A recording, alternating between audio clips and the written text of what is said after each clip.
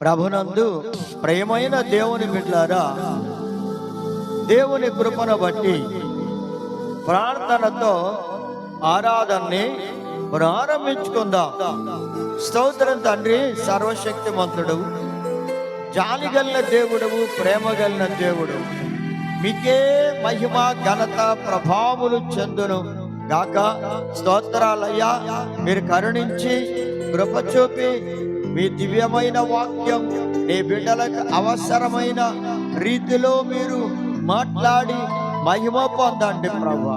ప్రతి బిడ్డను దర్శించండి, మీ వాక్యము ద్వారా బలపరిచి స్థిరపరిచి మహిమ ఘనత ప్రభావములు పొందమని యేసయ్య పరిశుద్ధమైన నామమును బట్టి ప్రార్థించి వేడుకొనుచున్నాము తండ్రి, ఆమేన్.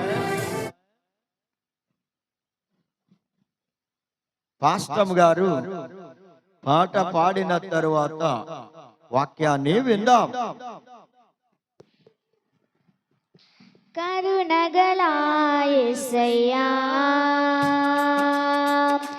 ఈ జీవితానికి నీవే చాలునయ్యా. కరుణగల యేసయ్యా, ఈ జీవితానికి నీవే చాలునయ్యా. నీ ప్రేమే చూపకపోతే నేనేమైపోదెను, నీ కృపయే లేకపోతే నాకు ఊపిరి లేదయ్యా. నీ ప్రేమే చూపకపోతే నేనేమైపోదెను, నీ కృపయే లేకపోతే నాకు ఊపిరి లేదయ్యా. కరుణగల యేసయ్యా, ఈ జీవితానికి నీవే చాలునయ్యా. నా సొంత ఆలోచనలే కలిగించెను నష్టము, నీకు కలిగిన ఆలోచనలే నాకు లాభమాయెను.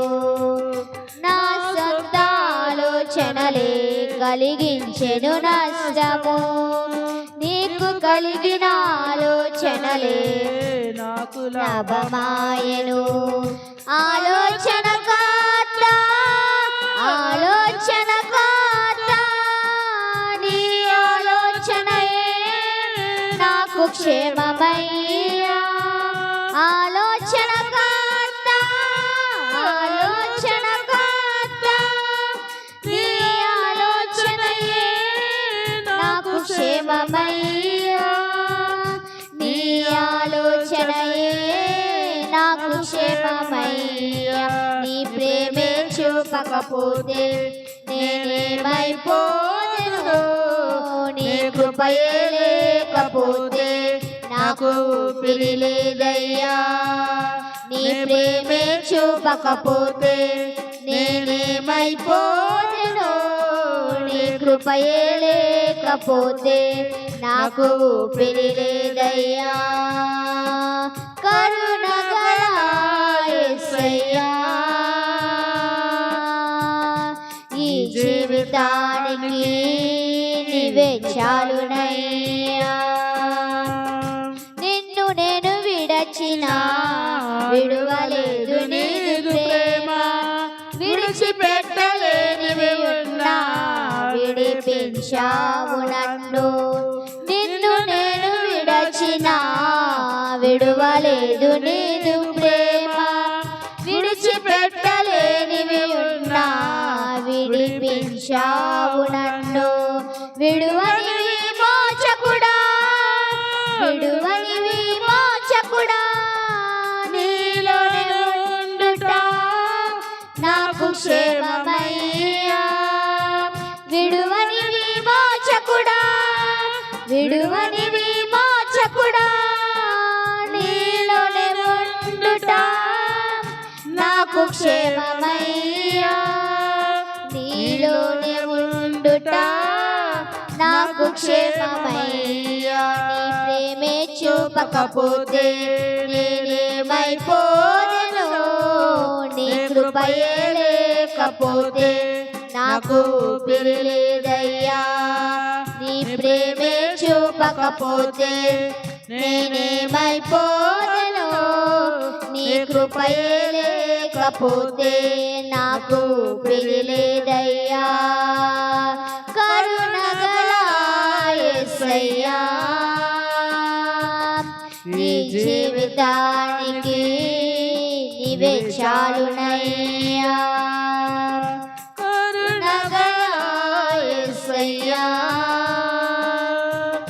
ఈ జీవితానికి నీవే చాలునయ్యా. హల్లెలూయా. హల్లెలూయా.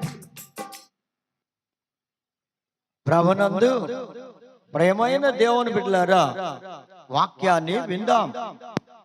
ద్వితీయోపదేశ కాండము 11వ అధ్యాయము 14వ వచనం. మీ దేశమునకు వర్షము అనగా తొలకరి వానను కడవరి వానను దాని దాని కాలమున కురిపించెదను. అందువలన నీవు నీ ధాన్యమును, నీ ద్రాక్షారసమును, నీ నూనెను కూర్చుకొందువు. ఏం చేస్తారంటండి? కూర్చుకుంటారు.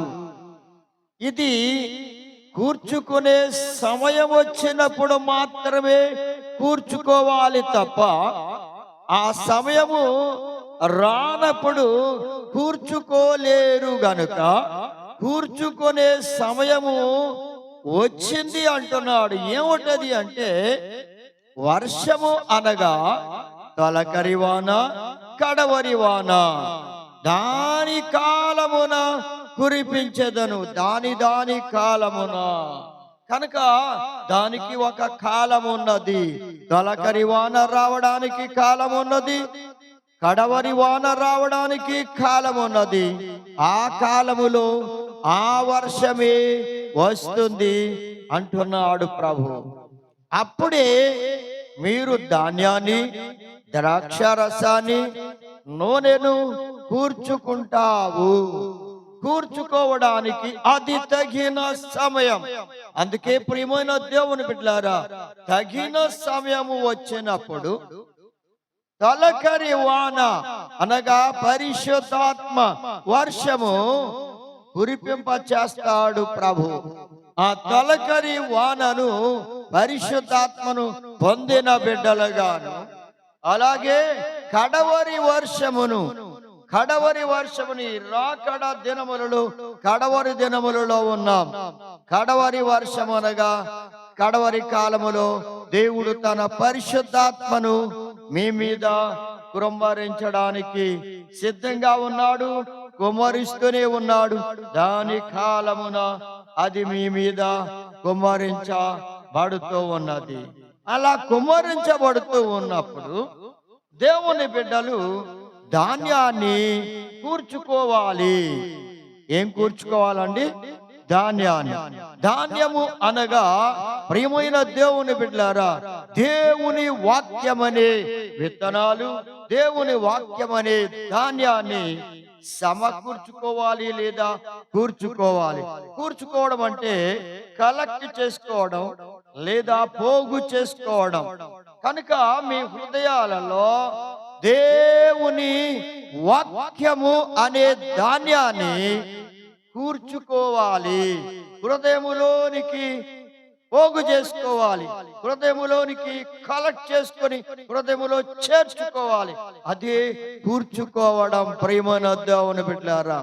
కనుక దేవుని సన్నిధికి వస్తున్న మీరు దేవుని వాక్యం అనే ఆ విత్తనాల్ని లేదా ఆ ధాన్యాన్ని కొద్దిగా మీ హృదయములోనికి కూర్చుకోవాలి, పోగు చేసుకోవాలి, హృదయములో చేర్చుకోవాలి.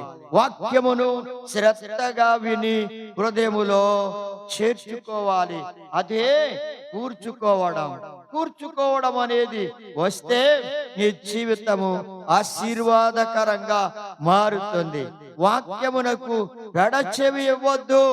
వాక్యమునకు చెవి ఇచ్చి ఆ వాక్యం అనే ధాన్యాన్ని నీ హృదయములోనికి చేర్చుకుంటే, కూర్చుకుంటే, అది నిలవ చేసుకుంటే హృదయములో అవసరమైనప్పుడు ఆ వాక్యములను నీవు మరలా జ్ఞాపకం చేసుకొని బలపరచబడుతూ ఉంటావు సోదరి సోదరుడా.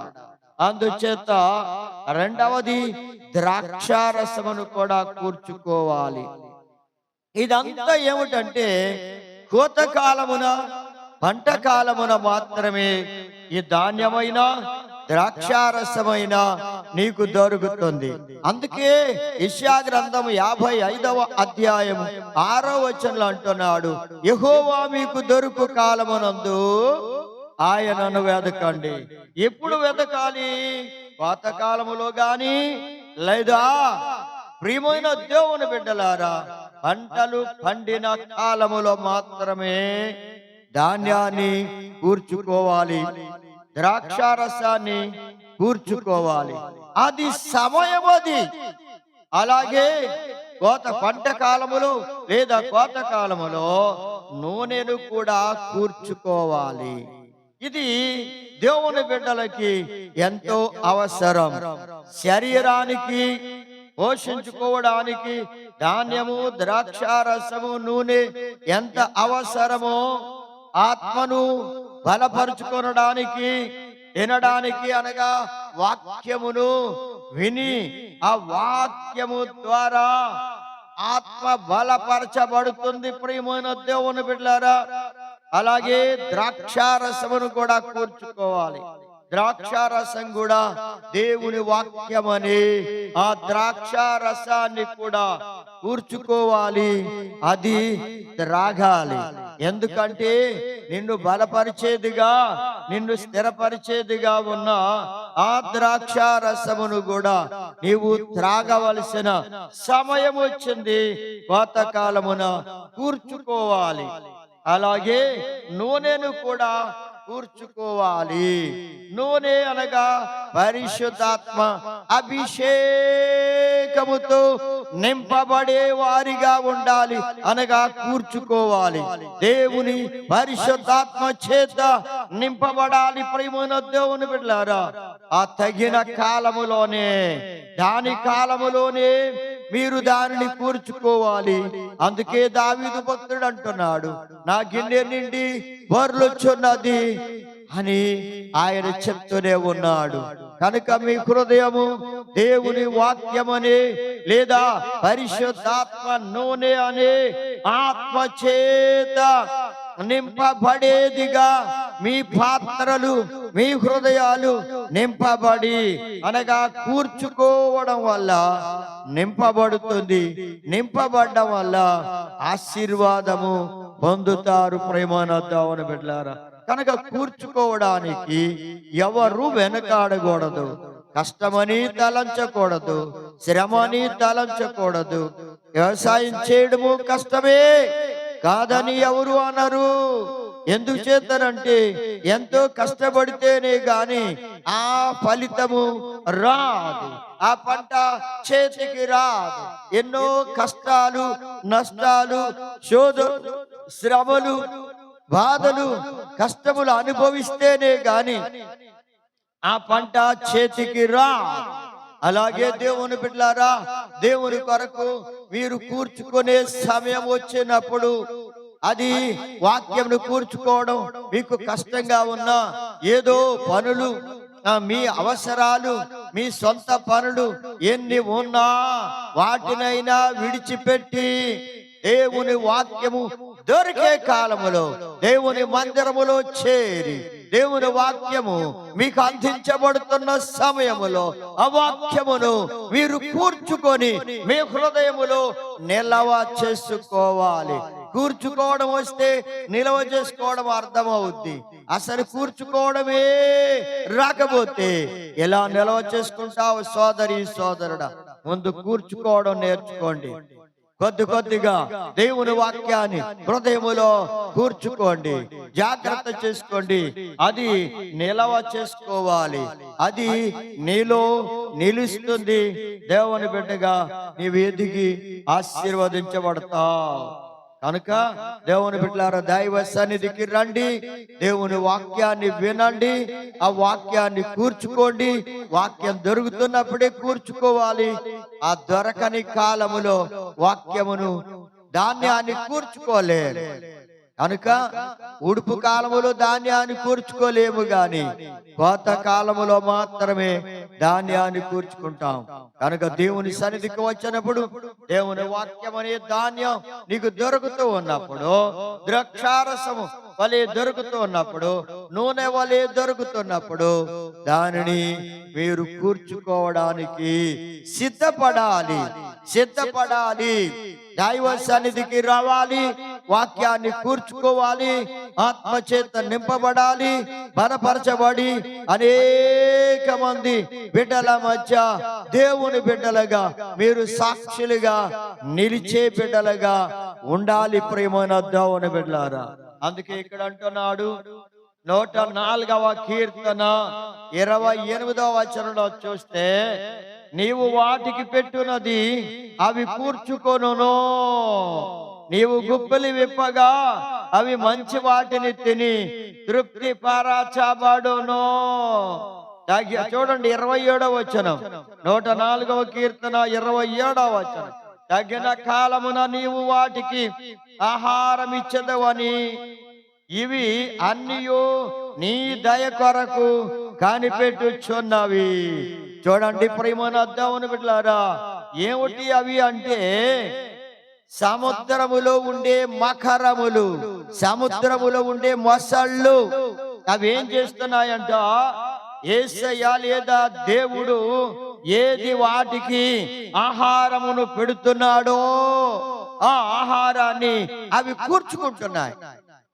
ఆ సముద్రములో ఉన్న మకరములకి, చూడండి ఇప్పుడు మొసళ్ళకే దేవుడు ఆహారాన్ని పెడుతూ ఉంటే, దేవుని బిడ్డలారా, ఆయన గుప్పెలు అవి మంచి వాటిని తృప్తి పొందుతూ ఉన్నాయి.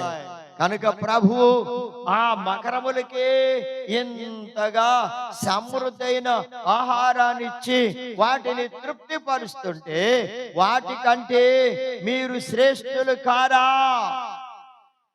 చూడండి ప్రియమైన దేవుని బిడ్డలారా, జంతువుల కంటే మీరు, పక్షుల కంటే, మృగముల కంటే శ్రేష్ఠులు కాదా? ఇంకా మీరు శ్రేష్ఠులే గనుక నా ప్రియమైన దేవుని బిడ్డలారా, ఆయన గుప్పులు విప్పితే వాటికి తృప్తి కలుగుతుంది, సమృద్ధిగా తింటున్నాయి. అలాగే ప్రభువు మీకు కూడా సమృద్ధైన ఆత్మ ఆహారాన్ని, వాక్యమును అనుగ్రహిస్తూ ఉన్నాడు. ఆ వాక్యమును, సమృద్ధైన వాక్యాన్ని మీరు కూర్చుకొని సమృద్ధైన ఆహారం వల్ల తృప్తి పొందండి. అందుకే దేవాని సన్నిధిలో సమృద్ధైన వాక్యము లేదా నీటి ప్రవాహం ఉన్నది. ఆ నీ సన్నిధిలో చేరిన వారు మీ వాక్యం చేత తృప్తి పరచబడుతున్నారన్నారు. కనుక దేవుని బిడ్డలారా, దేవుని సన్నిధికి వచ్చిన మీరు వాక్యము చేత తృప్తి పరచబడతారు. అది తగిన కాలములో మకరములకే ఆహారాన్ని అందిస్తున్న దేవుడు మీకు సమృద్ధైన ఆహారమును ఇచ్చి మిమ్మల్ని పోషించడా? తప్పకుండా మీకు కూడా సమృద్ధైన ఆహారం ఇచ్చి తగిన కాలం వచ్చినప్పుడు, వాక్యం దొరికే కాలమే తగిన కాలం. ఆయన తన భక్తుల నోట దేవుని వాక్యాన్ని ఉంచి మాట్లాడింప చేస్తున్న కాలమే తగిన కాలం. దైవ సన్నిధికి వచ్చి ఆ దేవుని మాటలను వినాలి ఆ కాలములో. కనుక ఒక చక్కని సమయాన్ని దేవుడు మనకి ఇచ్చాడు. ఆ సమయంలోనే ఆ వాక్యం మనకు అందించబడుతుంది. అది తగిన కాలం. ఆ కాలములో క్రమమైన స్థితి మనం కలిగిన వారంగా దేవుని వాక్యానికి వినడానికి సకాలములో దేవుని సన్నిధికి వచ్చి ఆ తగిన కాలములో దేవుని వాక్యం అనే ఆహారాన్ని కూర్చుకుంటే మనం ధాన్యులమవుతాం, తృప్తి పరచబడతారు.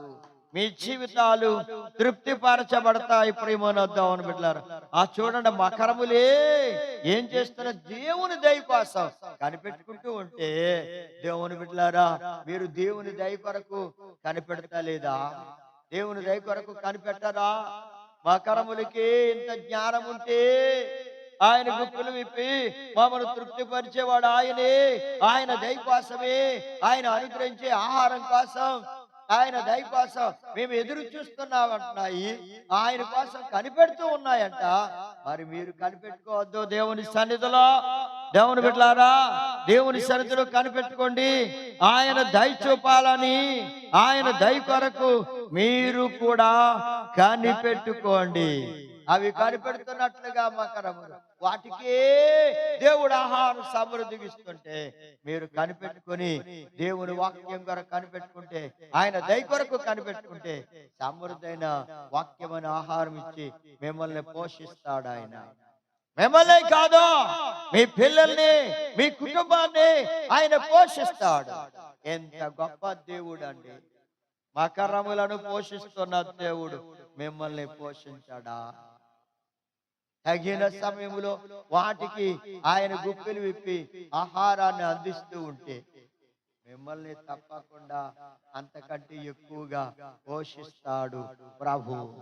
కనుక ప్రేమను అద్దామని బిడ్డలారా, దేవుని దయ కోసం కనిపెట్టుకోండి. అందుకే వాక్యం కొరకు కనిపెట్టండి, దేవుని దయ కొరకు కనిపెట్టండి. ఆ మహాదేవుడు మీకు తన కృపను బయలుపరచాలని, ఆయన వాక్యం చేత బలపరచాలని, ఆయన వాక్యం చేత మిమ్మల్ని స్థిరపరచాలని, ఆయన వాక్యం చేత మిమ్మల్ని నడిపించాలని మీరు ఆయన దయ కొరకు కనిపెట్టుకోండి. ఆయన మిమ్మల్ని నడిపిస్తాడు. నడిపించే దేవుడు అండి. మిమ్మల్ని అన్నడు, విడవడు, ఎడబాయడు.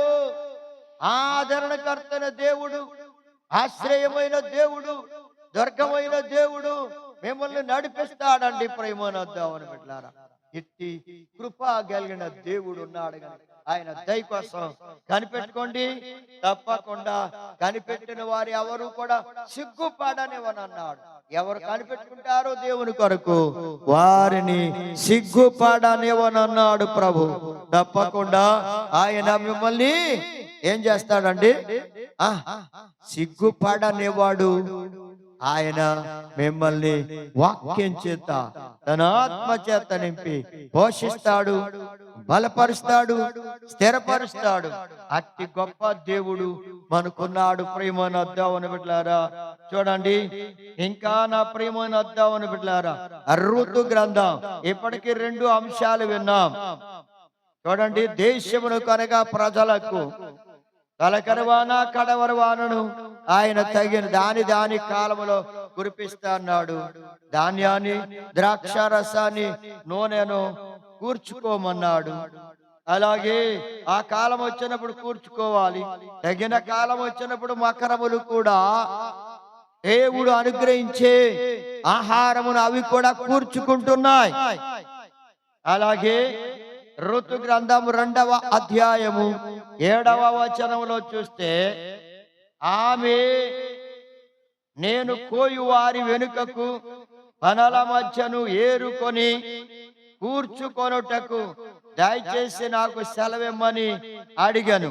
ఆమె వచ్చి ఉదయం మొదలుకొని ఇది వరకు ఏరుకొనుచుండెనని బోయజుతో పనివాడు చెప్తూ ఉన్నాడు. ప్రియమైన అద్దావని బిడ్డలారా, ఇక్కడ రూతు అనే ఆమె బోయజు యొక్క పొలములో పరిగ ఏరుకొనుచుండెను.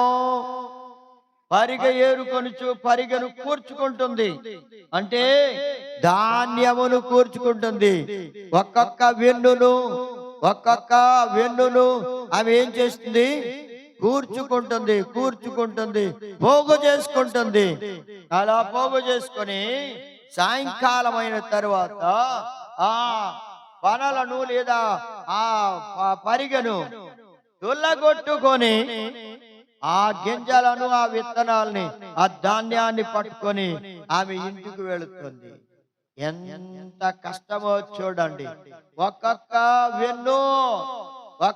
వెన్ను ఆమె ఏరుతుంది. ఏరుకుంటుంది అనగా కూర్చుకుంటుంది. ఒక్కొక్క వెన్ను పోగు చేసుకుంటుంది. ఒక్కొక్క వెన్ను పోగు చేసుకుంటున్నట్లుగా ప్రియమైన దేవుని బిడ్డలారా, మీరు కూడా దేవుని సన్నిధి అంటే పొలం. ఆమె పొలములో వెన్నులు కూర్చుకుంది. అలా దేవుని మందిరములో, దేవుని సన్నిధిలో, పొలం అంటే దేవుని సన్నిధి, సంఘములో దేవుని బిడ్డలారా, మీరు కూడా ఏం చేయాలి? ఆ వెన్నులను సేకరించుకున్నట్లుగా, కూర్చుకున్నట్లుగా, ఏరుకున్నట్లుగా, ఒక్కొక్కటి కూర్చుకున్నట్లుగా, పోగు చేసుకున్నట్లుగా దేవుని వాక్యం అనే ఆ వాక్యాలని ఒక్కొక్కటి మీరు కూర్చుకోవాలి. ఆ పోగు చేసుకొని మీ హృదయములో భద్రం చేసుకోవాలి. రూతు ఎంత ఓపిక చూడండి, చాలా కష్టపడుతుంది. ఒక్కొక్క వెన్ను పోగు చేసుకోవడం అంటే, కలెక్ట్ చేసుకోవడం అంటే సామాన్యం కాదు. చాలా కష్టపడాలి. అదే పనులైతే ఆ కట్టలు కట్టి ధాన్యాన్ని సేకరించుకోవచ్చు, తేలిక. కానీ ఒక్కొక్క వెన్నంటే ఎంత దూరం వచ్చేనంత కూడా తిరిగి ప్రయాస పడితేనే గాని ఒక్కొక్క వెన్ను కూర్చుకోలేదండి. ఇంత ప్రయాసం చూడండి. దేవుని బిడ్డలారా, ప్రయాసం అనకుండా ఓపిక కలిగి చక్కగా దేవుని వాక్యాన్ని విని ఒక్కొక్క మాట దేవుని మాట, ఒక్కొక్క మాట దేవుని మాటది. ఆ దేవుని మాటలు ఒక్కొక్కటి మీ హృదయాల్లోనికి కూర్చుకుంటూ, మీ హృదయంలో చేర్చుకుంటూ దానిని నిలవ చేసుకో. ఎప్పుడైతే నిలవ చేసుకుంటారో, మీకు అవసరం వచ్చినప్పుడు, వాక్యము దొరకని సమయం వచ్చినప్పుడు, ఆ వాక్యములను మీ హృదయములో నుండి బయటికి తెచ్చుకొని, అనగా జ్ఞాపకానికి తెచ్చుకొని వాటిని గూర్చి ఆనందిస్తారు. ప్రేమనద్దామని బిడ్డలారా, ఈ ఆనందం పొందాలంటే కూర్చుకున్న తర్వాతే ఆనందం. ఆ రోజు సాయంకాలం రూతు అనుకుంటుంది, అయ్యా, ఒక్కొక్క వెన్ను నేను పోగు చేసుకున్నప్పుడు, కూర్చుకున్నప్పుడు చాలా కష్టమైపోయింది. చేనంతా తిరిగాను, కాళ్ళన్నీ నొప్పులు పట్టాయి, కాళ్ళన్నీ కూడా దంటు గుచ్చుకుపోయాయి, గాయాలైపోయాయి.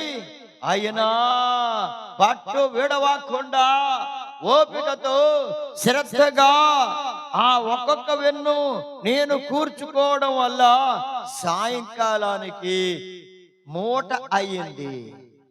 ఏమైందండి? ఓ మూట లేదా ఒక చిన్న మరి బ్యాగ్ ధాన్యం అయ్యింది. దానిని భుజం మీద మోసుకుంటూ నేను ఇంటికి వెళుతున్నానంటే, ఈ బాధలన్నీ మర్చిపోయి, ఈ కష్టములన్నీ మర్చిపోయి సంతోషంతో నేను మోసుకొని వెళుతూ ఉన్నానని ఆనందపడింది.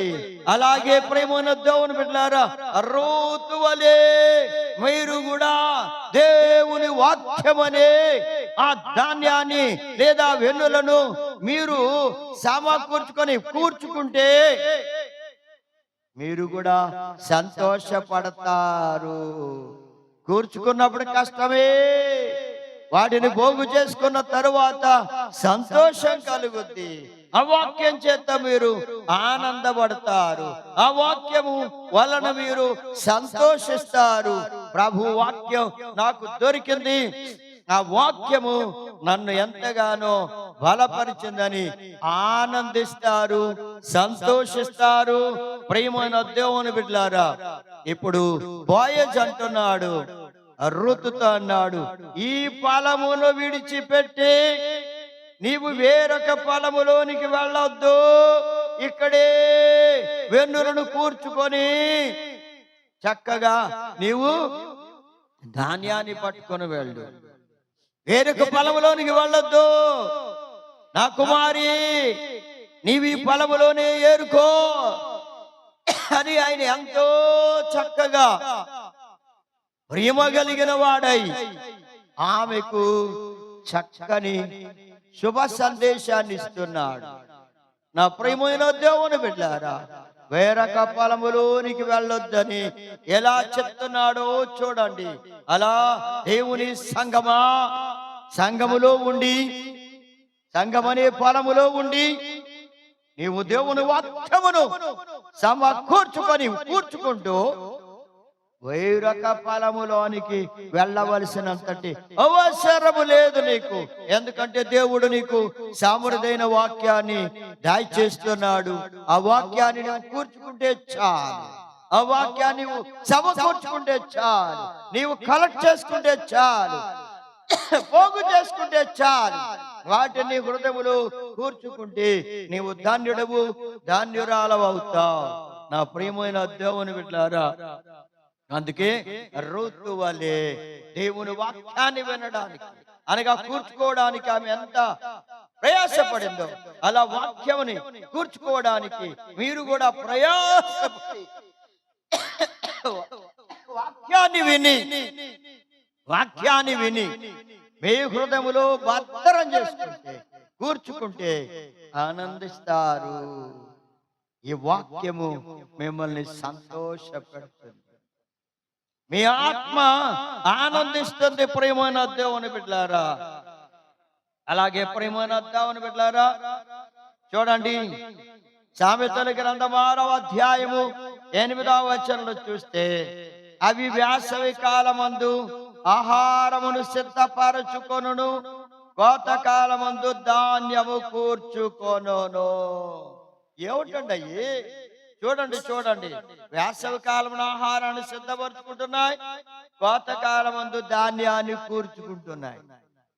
చీమలు కూడా ఏమిటంటండి, చీమలు కూడా కోతకాలమును గుర్తించాయి. చీమలు కూడా కోతకాలం తెలిసిపోయింది. మరి దేవుని బిడ్డలారా, ఇది కోతకాలం అని నీకు ఇంకా తెలియడం లేదా? సోదరి సోదరుడా, చీమలకే కోతకాలం తెలిసిపోయింది. కోతకాలములో అవి ధాన్యాన్ని కూర్చుకుంటున్నాయి. దేవుని బిడ్డలారా, ప్రభు రాకడ సమయము ఆసన్నమైపోయింది కనుక ఇప్పుడు కోతకాలములో ఉన్నాం.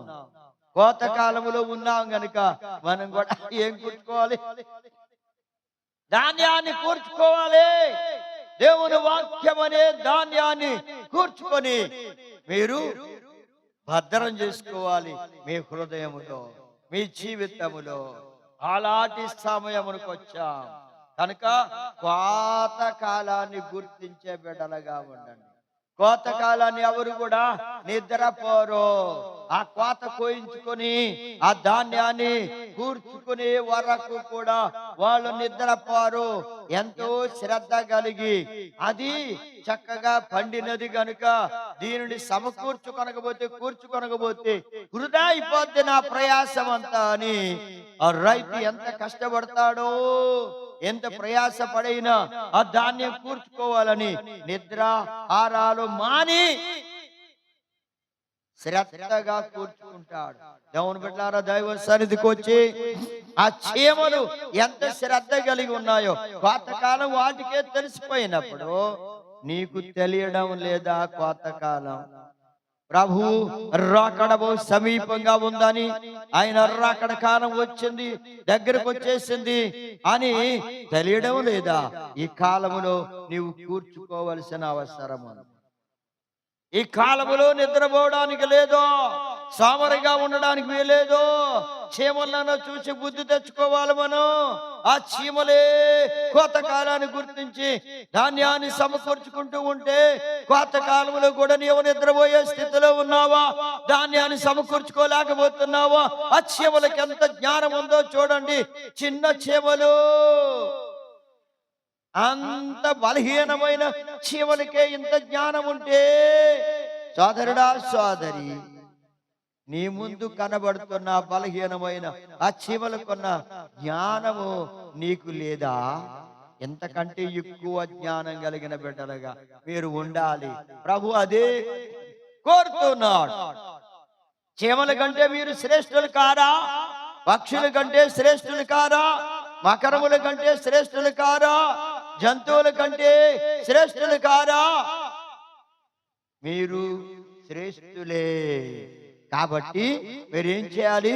కోతకాలమున గుర్తించి చీమల కంటే ఎక్కువగా కష్టపడి ధాన్యాన్ని సమకూర్చుకోండి. వేసవి కాలంలో అవి ఆహారాన్ని సిద్ధపరచుకుని ఉంటాయి. వాటి కలుగులలో, వాటి రంధ్రములలో అవి ఆహారాన్ని స్టోర్ చేసుకుని ఉంటాయి. ఎప్పుడు? వేసవి కాలములో. కోత కాలములో పోగు చేసుకుంటున్నాయి, కూర్చుకుంటున్నాయి. వేసవి కాలములో అవి దాచుకున్నవి అవి మరలా తిరిగి వర్షాకాలం వచ్చినప్పుడు చక్కగా అవి తింటున్నాయి. అవును బిడ్డలారా, దేవుని వాక్యం దొరకని కాలం వచ్చినప్పుడు ఆ వాక్యమును మీరు దాచుకున్న వాక్యాన్ని జ్ఞాపకానికి తెచ్చుకొని బలపరచబడాలి. అలా ఉపయోగించుకోవలసిన బాధ్యత నీ మీద ఉంది కనుక కోత కాలమున జాగ్రత్త పడండి, ప్రయాసపడండి. రండి దేవుని సన్నిధికి, వినండి శ్రద్ధగా వాక్యం. ఆ వాక్యాన్ని కూర్చుకోండి, వాక్యాన్ని మీ హృదయంలోనికి కూర్చుకోండి, చేర్చుకోండి, భద్రం చేసుకోండి, స్టోర్ చేసుకోండి. నిలవ పోసుకుంటే మీకే మేలు కలుగుతుంది, మీకే ఉపయోగం అవుతుంది.